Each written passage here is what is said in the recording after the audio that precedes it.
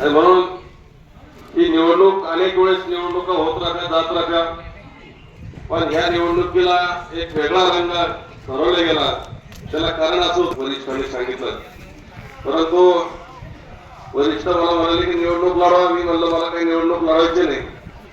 परंतु नंतर पुन्हा वरिष्ठांनी सांगितलं की नाही, इथं तुम्ही बाजार समितीला दुसऱ्याला संधी द्यावी आणि तुम्ही जिल्हा परिषद मध्ये आपल्याला त्या ठिकाणी माणसाची आवश्यकता आहे, त्या ठिकाणी तुम्हाला निवडणूक लढावं लागेल. त्या दृष्टीने मी त्या ठिकाणी तयारी केली. मी असेल, शंकर भाऊ असतील, दोन्ही आम्ही जुनी कार्यकर्ते आहोत. तुम्हाला सगळ्यांना माहिती आहे, भारतीय जनता पार्टीच्या वाढवण्यामध्ये आमच्या दोघांचा त्या ठिकाणी मोठा सहभाग आहे. शेवटी आमची त्या ठिकाणी या तालुक्याच्या नेतृत्वाने आमची उमेदवारी नाकारली आणि त्यामुळे आम्हाला इच्छा नसतानाही शिवसेनेत प्रवेश करून त्या ठिकाणी शिवसेनेची उमेदवारी सन्माननीय या जिल्ह्याचे नेते भुमरे साहेब यांनी आम्हाला दिली. आणि म्हणून उमेदवारी घेताना मी अनेक जणांना फोन केले की अशी अशी परिस्थिती.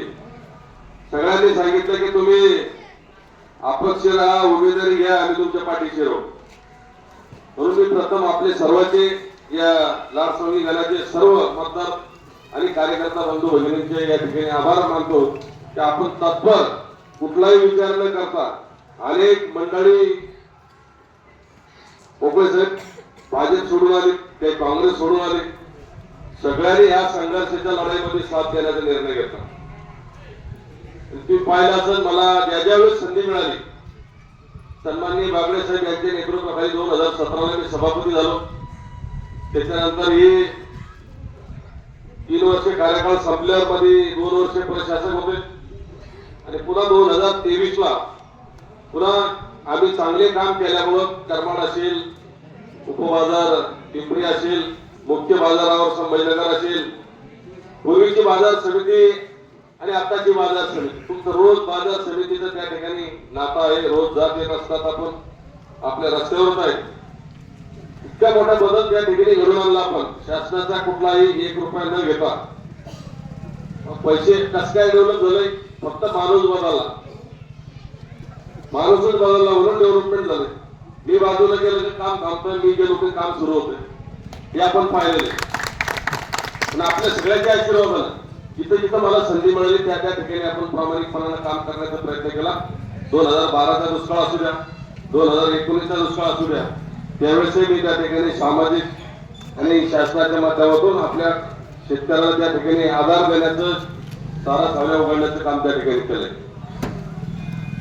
म्हणून आडगाव हे माझ्यासाठी नवीन नाही, मी तुमच्यासाठी नवीन नाही. मुळात ही 3 भावाचा विस्तार आहे 1211 मध्ये.